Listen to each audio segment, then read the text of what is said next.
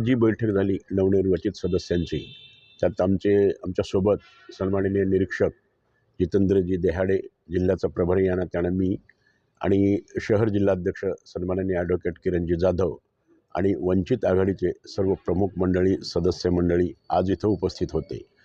त्या संदर्भातच त्यांच्यासोबत चर्चा करताना महापौर, उपमहापौर, गटनेता, स्टँडिंग कमिटीचा चेअरमन आणि इथून पुढचे स्वीकृत सदस्य आणि अनुषंगाने साधक बाधक समित्याच्या संदर्भात सर्वांगीण बाबीवर व्यवस्थित प्रत्येकाशी व्यक्तिगत विचारविनिमय करून प्रत्येकाची व्यक्तिगत मतं जाणून घेऊन आम्ही चर्चा पार पाडली आणि सन्माननीय अमित भैयासाहेबांचेही अशाच सूचना होत्या की बा प्रत्येकाशी व्यक्तिगत मत सर्व बाबतीत जाणून घ्यावं आणि त्या संदर्भातच आपण सर्व मिळून निर्णय घेऊ। तर अशा प्रकारच्या भूमिकेतून आम्ही वंचित आघाडीसोबत सुद्धा चर्चा केली। त्यांचा आम्हाला लातूर महापालिकेत अत्यंत चांगला फायदा झाला आणि हा संदेश महाराष्ट्रभर आणि देशभर एक चांगला संदेश लातूरनं दिला आणि एवढं घवघवीत यश आज लातूरनं मिळालं।